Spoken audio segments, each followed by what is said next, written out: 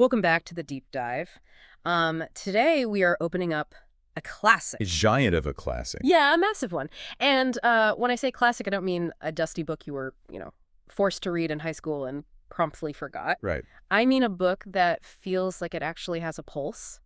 Yeah. We are looking at a text that I think a lot of people recognize by name. Oh, absolutely. Maybe they've seen the black and white movie with Anthony Quinn. Dancing on the Beach? Exactly, Dancing on the Beach. But maybe they haven't actually sat down to wrestle with the source material. Yeah. So today we are talking about Zorba the Greek by Nikos Kazantzakis. It is an absolute giant of modern literature. Yeah. You used the right word there, wrestle. Yeah. Because this isn't just a story about a happy-go-lucky guy on a Greek island. It is a philosophical battleground. Right. It's essentially a cage match between two completely different ways of existing as a human being. It really is. It feels like on one side you have the books, the mind, the theory, the Apollonian order, if you will. Yep. And on the other side you have the body, the earth, the raw experience. The Dionysian chaos. Exactly. That is exactly the framework. And it's not accidental at all. Yeah. Kazantzakis was deeply influenced by Nietzsche. Ah, okay. And that tension between the rational and the instinctual, well, that's the engine of this entire novel. Right. So our mission today is to really extract those nuggets of wisdom. And honestly, some madness, too. Definitely some madness. To extract those things that define the relationship between the narrator, who we'll just call the boss. The boss, yeah. And the man himself, Alexis Zorba. And before we get to the man, I think we have to look at the creator. Definitely. Because looking at the background notes here, the line between fiction and reality is, it's pretty blurry. Very blurry. Nikos Kazantzakis wasn't just sitting in a library dreaming this all up. No, not at all. To understand the book, you really have to understand the soil it grew out of. Right. So Kazantzakis was born in Crete in 1883. Now, context is key here. Crete was still under Ottoman rule at that time. Wow, okay. So he's born into a struggle for liberty right from day one. Exactly. He's born into this world of rebellion and intense conflict. Right. But he was also an incredibly learned man. He studied law. He studied philosophy in Paris under Henri Bergson. Okay, Bergson. Who is famous for his concept of the vital life force. The élan vital. Right, which makes total sense when you look at Zorba. Exactly. And Kazantzakis was a traveler, a searcher. He went to Europe, Asia, the USSR. He was everywhere. He was. And he wrote a massive sequel to Homer's The Odyssey. Which is, what, 33,000 lines? 33,333 lines long. That is just a lot of poetry. It is. That sounds like the work of a man completely obsessed with legacy. Or obsessed with the struggle of the human spirit. True. But the crucial nugget for our deep dive today is that in 1917, Kazantzakis actually did try to run a lignite mine. Really? Yes, in the Peloponnesus. And he did it with a real man named George Zorbas. Okay, so Zorba was a real person. Very real. This isn't just some literary device to make a point. No, the novel is heavily autobiographical. It's essentially Kazantzakis trying to process the massive impact this man had on his life. Wow. You can actually see the author's ultimate worldview in the epitaph on his tomb in Heraklion. What does it say? It reads, "I hope for nothing. I fear nothing. I am free. I hope for nothing. I fear nothing. I am free." Yeah. That is just powerful. Very. It sounds almost Buddhist, but also incredibly stoic at the same time. It really frames the themes we're going to see in the text today. Right. The rejection of hope, because hope implies you're waiting for the future. Exactly. And the rejection of fear, because fear implies you're clinging to the past or maybe clinging to the self. Perfect way to put it. So let's jump right into the story itself. It starts in Piraeus. The port of Athens. It's a threshold. Right, a threshold. Yeah. And the atmosphere is set immediately. It's a dawn. Dawn. Yeah. It's raining. It's miserable. The weather is reflecting the mood entirely. And we meet our narrator. And honestly, he is in a really bad mood. He is. He's sitting in a cafe waiting for the boat to Crete. Right. And we need to really get inside his headspace here. Yeah. Because he is the avatar for you, the listener. The intellectual. Yes, the intellectual. He describes himself as a bookworm. Mm-hmm. And he's just had this incredibly painful separation from a close friend. Right. And this friend didn't just say a polite goodbye. He mocked him. Yeah, looking at the text here, the friend actually calls him a paper chewer. A paper chewer. That is a brutal insult. It really is. Basically telling him, you just consume ink, you don't live, you're a mouse eating paper. And It stings so much because it's true. Yeah. The narrator is literally sitting there reading Dante's Divine Comedy to comfort himself. Right. Think about that irony.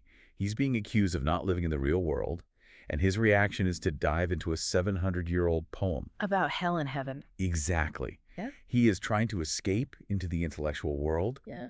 but he feels like a total failure. Yeah, he feels like he's only seeing the shadow of life, not the substance. It's almost like he's trying to build a fortress out of books to keep the real world out. But the fortress is lonely. Precisely. He's intellectualizing his own sadness. And so he's on his way to Crete to run a lignite mine. Yes. Now, he's obviously not a miner. Not at all. He's a wealthy intellectual. He's taking this job almost as a penance. Or a test. Right. He wants to see if he can handle the real world. You know, workmen, mud, stone, capital. He wants to touch the world. But he's terrified of it. He's petrified. And then the door opens. Enter Zorba. And the description here is just fantastic. He's around 60, tall, lean, with these piercing eyes that seem to just mock everything. He spots the narrator reading. Right, and he just approaches him, but he doesn't just walk up. He presses his nose against the window pane first. There's a complete intrusion. Yeah. He breaks the social contract immediately. In polite society, you don't stare at strangers through glass like a feral animal. No, you don't. But Zorba doesn't care about polite society. He walks right in and asks to be taken along. And when the narrator asks, why? What can I do with you? Right. Zorba gives this incredible answer. He says, why? Why? Can't a man do anything without a why? That is the first philosophical shot across the bow. Rejecting the need for logical justification. Precisely. In the narrator's world, the world of books and business, everything has a because. Right. I do X because of Y. I invest money because I want a return. Exactly. Zorba lives in a completely different world where action is his own justification. He just wants to go. He offers to cook soups the narrator has never even heard of. Right. But he's not selling a skill set. He's selling a presence. He lists his resume, which is entirely chaotic. Miner, peddler, centauri player, potter. It's the resume of a drifter or an adventurer. Yeah. And this leads to the first moment where the listener and the narrator realizes this guy is operating on a totally different level. The finger story. Yes. The finger story. This is the detail that usually hooks the reader forever. It is shocking. The narrator notices Zorba is missing part of his index finger. And he naturally assumes it was a mining accident. Which would be typical for a laborer, right? Very typical. Machinery is dangerous.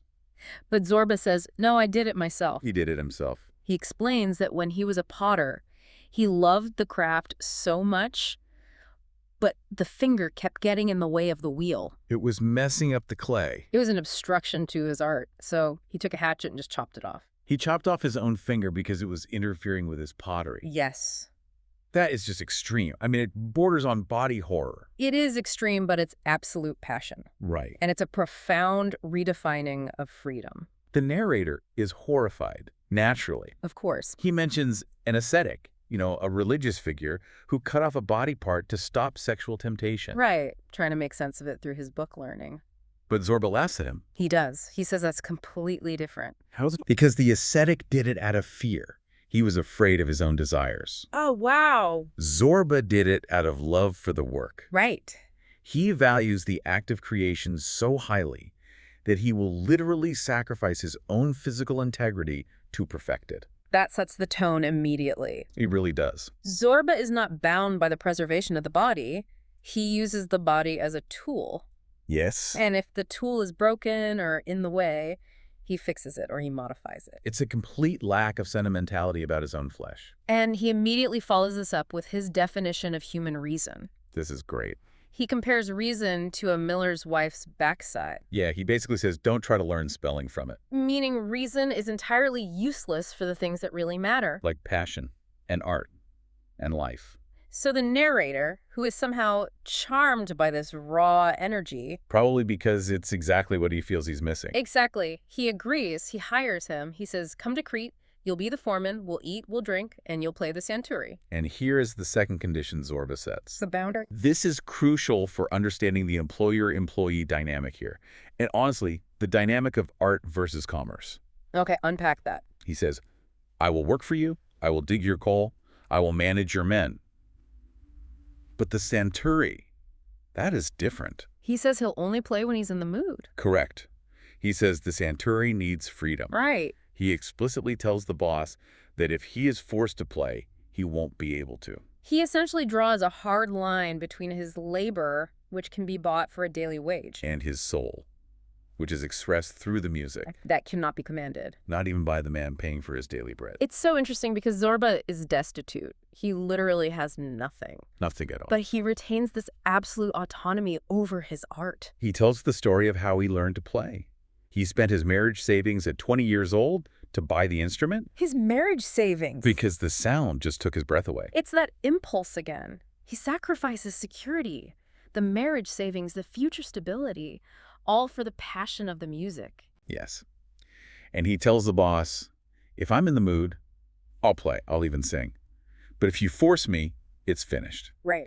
He is asserting his essential humanity. He absolutely refuses to be a machine that produces entertainment on demand. In a modern context, if you think about it, this is a really powerful statement against the commodification of every aspect of our lives. It is the ultimate boundary setting. You can buy my sweat, but you can't buy my joy. Exactly. You Yes. can't buy my joy. So they get on the boat, they sail to Crete, The journey begins. and the description of the arrival is just luscious.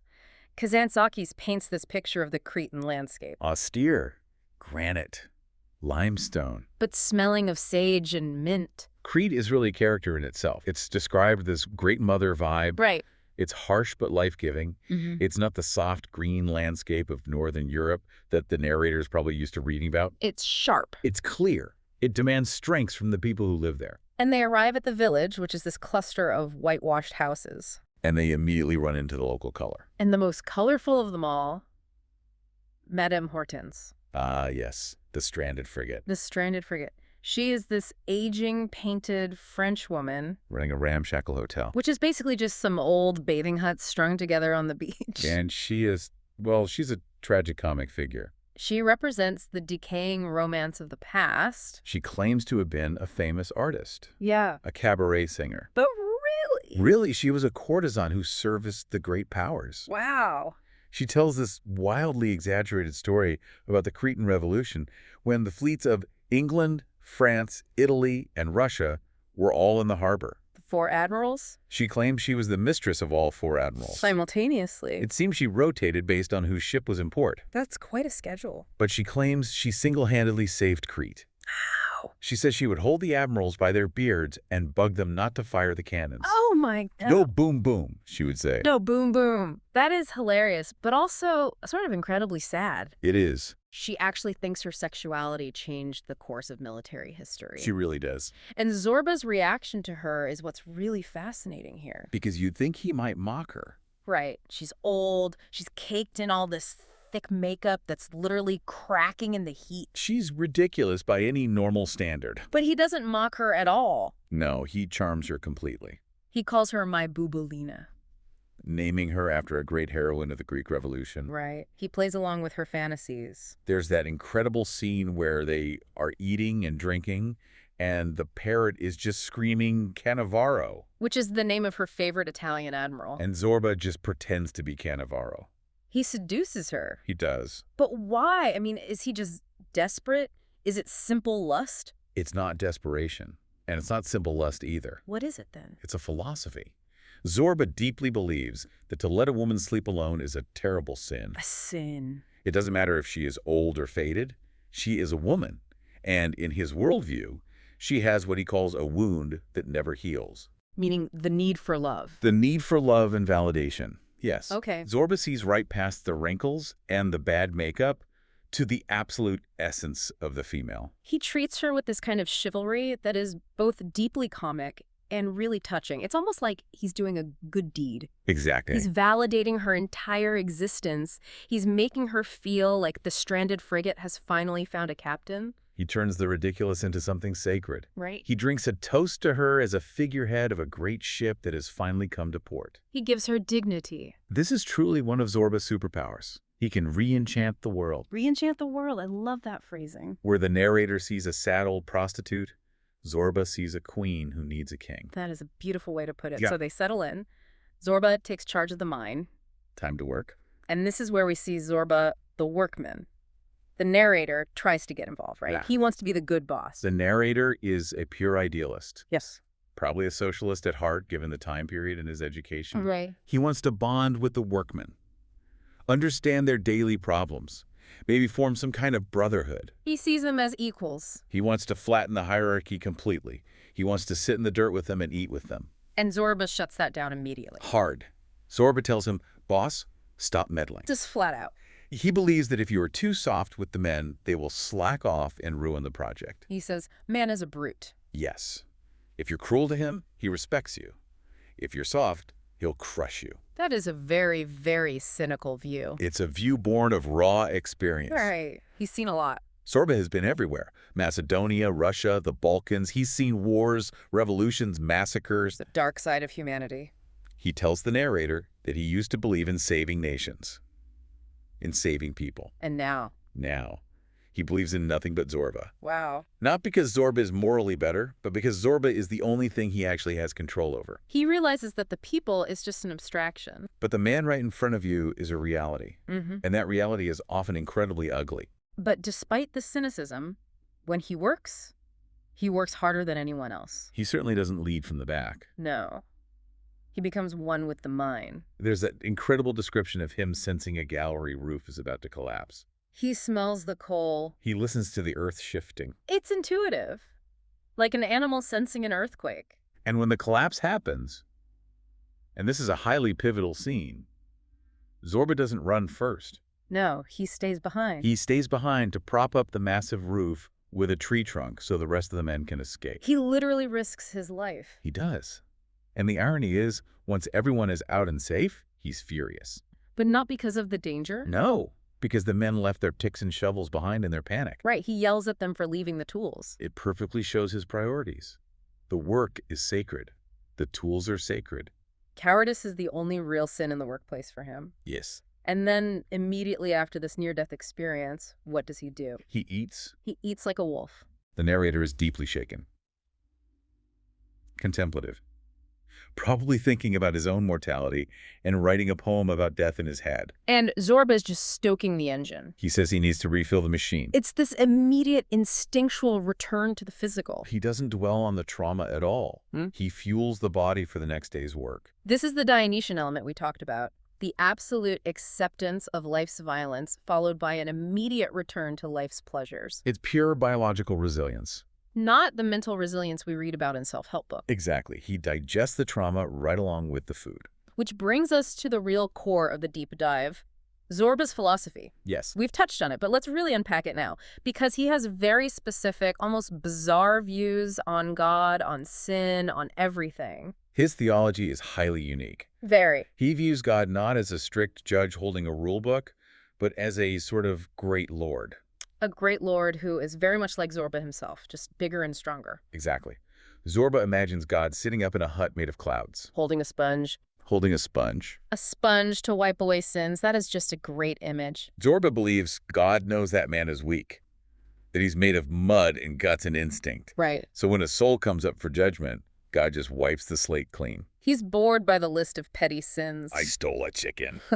I lied to my wife. I missed Mass. God just says, get out of here, go to paradise. It's a very comforting view of the divine. It completely strips away the guilt that plagues the narrator. But he does believe there is one sin that might not be forgiven. Yes, and this goes right back to his vitalism. He tells the story of a holy man, a Hadja in Salonika. Right, who told him what? Who told him that if a woman calls a man to her bed and he refuses, that man's soul will be utterly destroyed. That is the unforgivable sin. Denying life.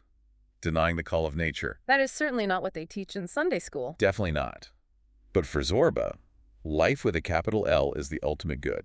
Anything that denies life is bad. Asceticism, fear, overthinking, all bad. He actually asks the narrator at one point if he believes in the afterlife. The narrator is hesitant, as always. And Zorba says, I don't know either, but I live as if I will never die. Contrast that with the village elders. Exactly. He mentions an old man planting an almond tree. Zorba asked him why he was doing it if he was so old. And the old man said, I carry on as if I will never die. Zorba loved that. Yeah. He compares it to the other old men who live as if they will die any minute. Zorba actively chooses the path of infinite possibility. He sees everything for the first time, every single day. Right, he looks at a glass of water and asks, what is this mystery? What is water? He looks at a dolphin leaping in the sea and is completely mesmerized. He refuses to let the world become mundane. I think that's something you, sitting there listening, can really take away. Oh, for sure. We get so used to things, we just stop seeing them. Zorba never stops seeing. I also love the story about the Russian friend. I think this really illustrates his entire communication style. Yes, he talks about a friend he made back in Russia. They couldn't speak a word of each other's language. So how did they communicate? They danced. They danced. That is wild. When the Russian wanted to explain his life, the war, his deep misery, he danced it. And Zorba understood. Understood everything. And when Zorba wanted to reply, he danced. He says that words are lies. Or at least they're insufficient. The body doesn't lie. There's a scene where Zorba dances the Zambekiko outside the hut. Yes. The narrator has just agreed to this crazy scheme to build a cable railway to transport timber. We'll get to that disaster in a minute. We will, but Zorba is so happy he can't speak. He just goes outside, kicks off his shoes, and leaps. He's defying gravity. He's shouting, "Hopla!" It's pure, unadulterated expression. And this is where the contrast with the narrator becomes almost painful to read. Because while Zorba is dancing and fully engaging with the world, what is the narrator doing inside? He's writing. He is inside writing a manuscript about Buddha. Talk about a buzzkill. You have a guy dancing with wild joy outside, and you're inside writing about the absolute negation of desire. Well, it's symbolically very significant. How so? Buddha teaches renunciation. Buddha teaches that the world is an illusion, a net of sorrow. Right. And the ultimate goal is to dissolve into nothingness.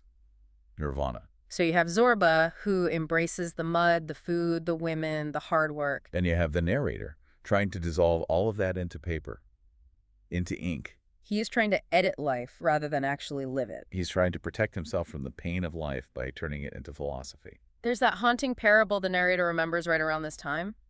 The butterfly. Yes.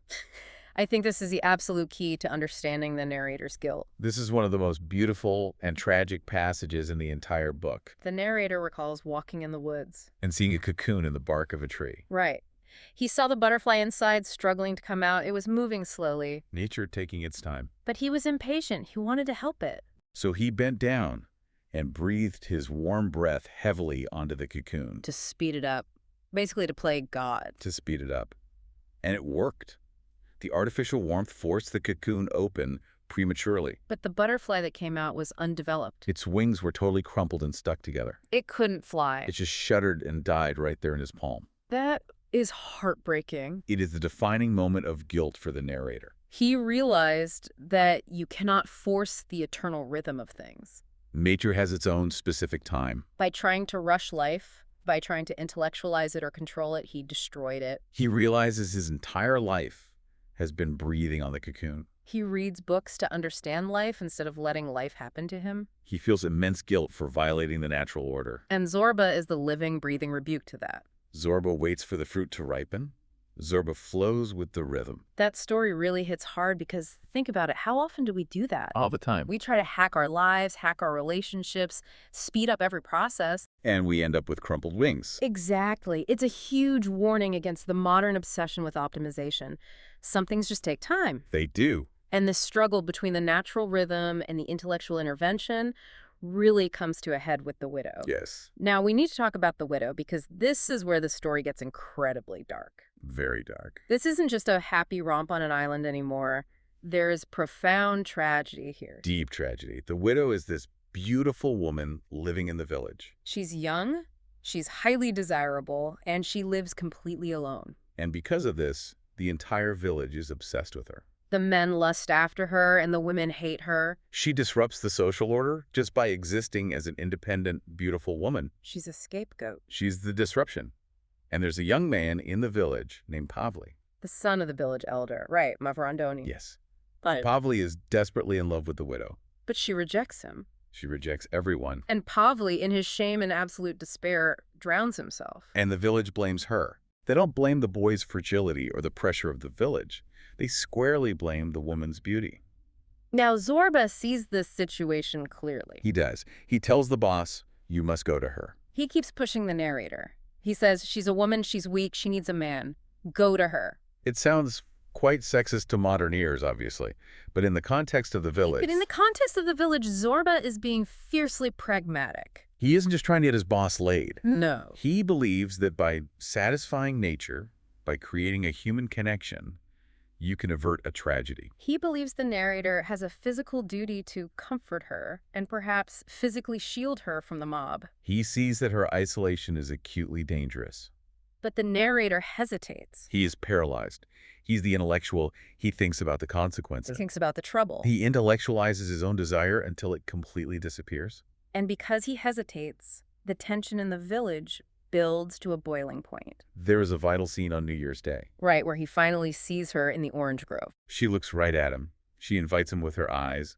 She actually leaves the gate open. And the narrator walks right past. He tells himself, in another life, I'll behave better. In another life, that is the ultimate procrastinator's motto. That is the Buddhist influence again, waiting for the next incarnation to actually live. It's the denial of the present moment. Zorba lives entirely in the present.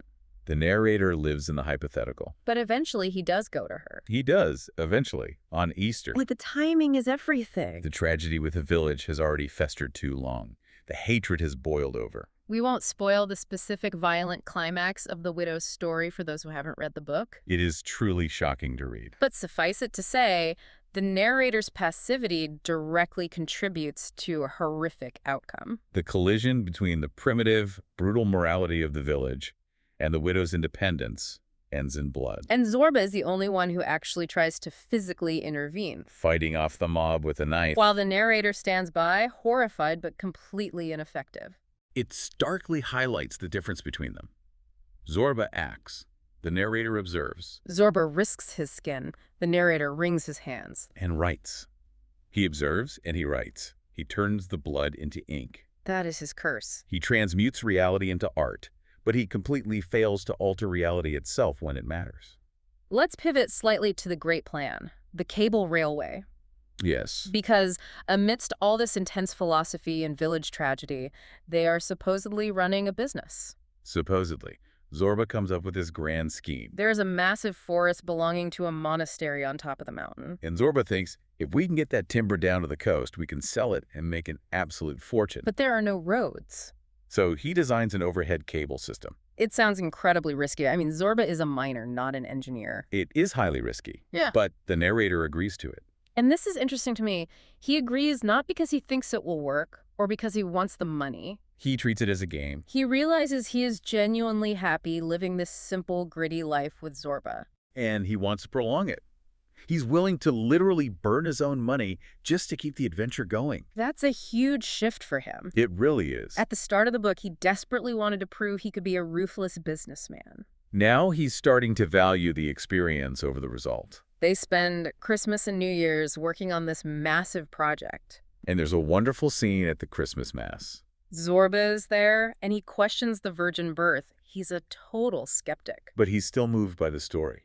He feels the mystery of it, even if he doesn't believe the literal facts. And they have that huge feast with Madame Hortense. The roasted turkey, the flowing wine. It's a moment of pure warmth. Zorba is singing, Hortense is crying with genuine happiness. It's a fragile bubble of joy in a very harsh world. Zorba toasts her, and for a moment, they aren't an old prostitute, a failed miner, and a depressed writer. They are just human beings defying the darkness. And the narrator realizes that despite all his books, all his wealth, he's never been happier than he is right here. Eating grease and drinking wine with these broken people. He actually calls it a fairy tale. He realizes he has finally found a kind of liberty. He has stopped trying to solve the puzzle of life and started just playing the game. So as we wrap up the main narrative arc, the cable railway. Spoiler alert, it doesn't go well. It is a spectacular failure. The inauguration ceremony is a total disaster. The monks are all there. The local dignitaries are there in their finest clothes. Zorba gives the grand signal. The first huge trunk comes down the wire. It travels way too fast. It catches fire from the intense friction. Literally a flaming log flying down the mountain. Exactly. Crashes violently into the sea. The second one jumps the cable entirely and destroys the support pylons. The whole thing collapses. The monks are terrified, running for their lives, skirts flying everywhere. The dignitaries dive for cover. It is absolute chaos. And Zorba, what does Zorba do? Zorba, he laughs. And the narrator laughs too. They lose absolutely everything. The capital, the mine, the timber. They are completely ruined financially. And down on the beach, waiting for the boat to leave, Zorba asks the boss to dance. That is the iconic moment. It is. The narrator asks Zorba to finally teach him the dance. Amidst the smoking wreckage of their project, they dance on the sand. It is the ultimate victory of the human spirit over matter. The project failed, but the men succeeded. They completely conquered the fear of failure. They conquered the attachment to material success. It's almost like the destruction of the cable car was necessary for his growth. It stripped the narrator of his last real tether to the material world. It completed his education, he lost his money, but he found his feet. Precisely. So let's bring this home. What does all this mean for you, the listener? We have the narrator, the pen, and Zorba the pickaxe. Are we supposed to just choose one? No, and that's the real nuance here. It's about integration. Kazantzakis isn't saying we should all be illiterate miners chopping off our fingers. Right, he's writing this as a highly educated intellectual, remember. But he's saying that the mind without the body is a cage. He wants us to find the Zorba inside the narrator. We talked about freedom earlier. Zorba's epitaph. I am free. Yes. How does Zorba actually define freedom? So Zorba defines freedom as the distinct ability to sever the rope. He says everyone has a rope tethering them. Some have a long rope.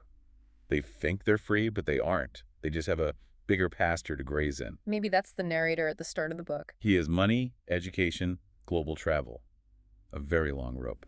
But he's still deeply tied to his anxieties and social expectations. Zorba cuts the rope. He cuts the finger, he cuts the ties to the homeland. He cuts the fear of hell.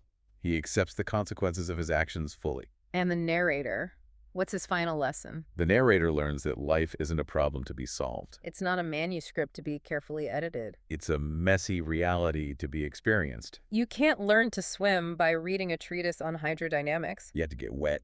You have to choke on the water a little bit. There's a quote I want to end with. Something Zorba asks the narrator near the end. Yes. He asks, what do you do with the food you eat? He says, I turn it into work and good humor.